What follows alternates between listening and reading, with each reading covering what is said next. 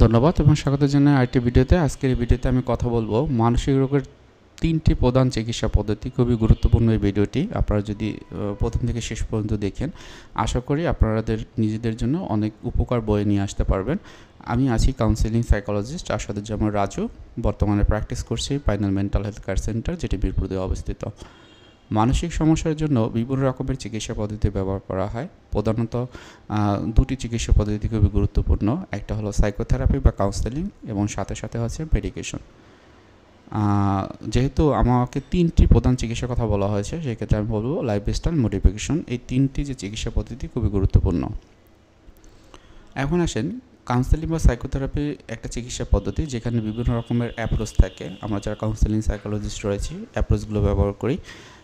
যেমন আমি যদি বলি, ইএমডিআর থেকে শুরু করে ইএমডিআর, এনএলপি, সিবিটি বা cognitive behaviour therapy, gestalt psychology, existential psychology, TA বা ট্রানজাকশনাল অ্যানালাইসিস, এরকম অনেক রকমের চিকিৎসা পদ্ধতি রয়েছে। প্রত্যেকটা চিকিৎসা পদ্ধতি আবার আলাদা আলাদা অনেক বড় একটা সিলেবাস রয়েছে, অনুশীলন করতে হয়। তারপর হচ্ছে যে যারা পেশেন্ট থাকে তাদের উপরে অ্যাপ্লাই করা হয়।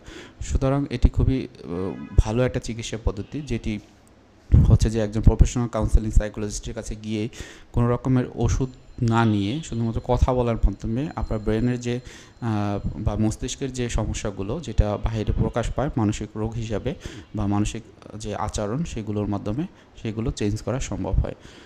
সো এটাই হচ্ছে যে একজনের সাইকোথেরাপিস্টের হেল্প নিয়ে আপনি করতে পারেন।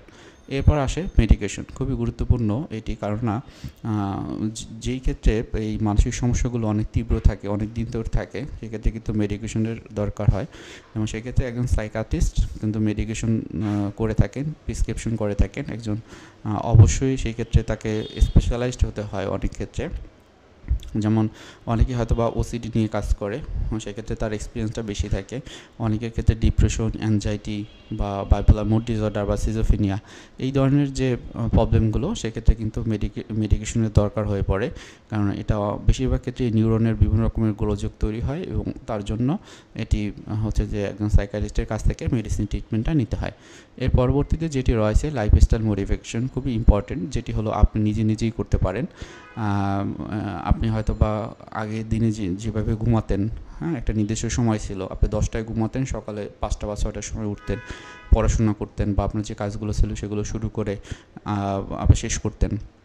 কিন্তু বর্তমানে হয়তো এই ঠিকমতো ঘুমান না, অতিরিক্ত আপনার মোবাইল ব্যবহার করেন, খাওয়া দাওয়ার যে টাইমটি সেটি ঠিক নেই। আপনি আগে হয়তো বা বন্ধুবান্ধব ছিলেন, মিশতেন, এখন মিশেন না। আবার হয়তোবা আপনার ভালো লাগা অনেক বেশি কাজ করতো, কারণ হচ্ছে যে ভালো লাগার যে বিষয়গুলো সেগুলো আপনার কাছাকাছি ছিল।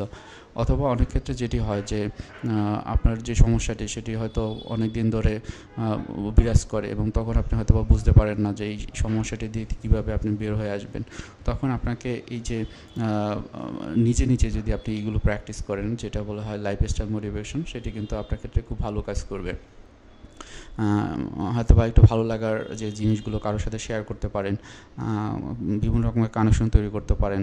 আপনার যে হবিগুলো রয়েছে, যেগুলো শখ আপনার, সেগুলো আপনি করতে পারেন। এর মাধ্যমে কী হবে যে আপনার মনের যে সমস্যাগুলো অনেক ক্ষেত্রেই চেঞ্জ হয়ে যাবে। আমরা বলি যে কিছু প্রবলেম আছে এপিসোডিক, অর্থাৎ একটা এপিসোড অনুযায়ী আসে।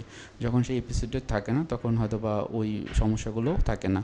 যেমন ডিপ্রেশনের ক্ষেত্রে এটি হয় অনেকের ক্ষেত্রে, যে কোনো একটা মুহূর্ত কোনো একটা বিষয় নিয়ে ডিপ্রেশনে থাকে, যখন সেই মুহূর্তটি কেটে যায় তখন আর ডিপ্রেশন থাকে না।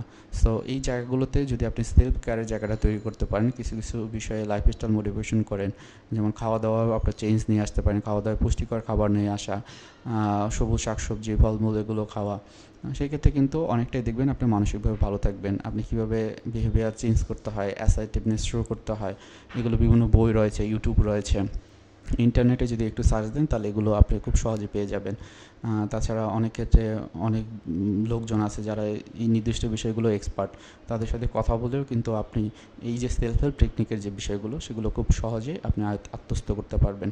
সো এই যে চিকিৎসা পদ্ধতি আমি বললাম, যে প্রথমে সাইকোথেরাপি বা কাউন্সেলিং, যেটি হলো একজন কাউন্সেলিং সাইকোলজিস্টের কাছ থেকে নিতে হয়, পরবর্তীতে মেডিকেশন যেটি হলো সাইকিয়াট্রিস্টরা দিয়ে থাকেন, এবং সর্বশেষে যেটি লাইফস্টাইল মডিফিকেশন, সেটি আপনি নিজে করতে পারেন। তবে তবে অনেক কিছুতে যদি না বুঝতে পারেন সেক্ষেত্রে একজন প্রফেশনাল হেল্প নিতে পারেন, সে ক্লিনিক্যাল সাইকোলজিস্ট অথবা কাউন্সেলিং সাইকোলজিস্ট যেই হন না কেন।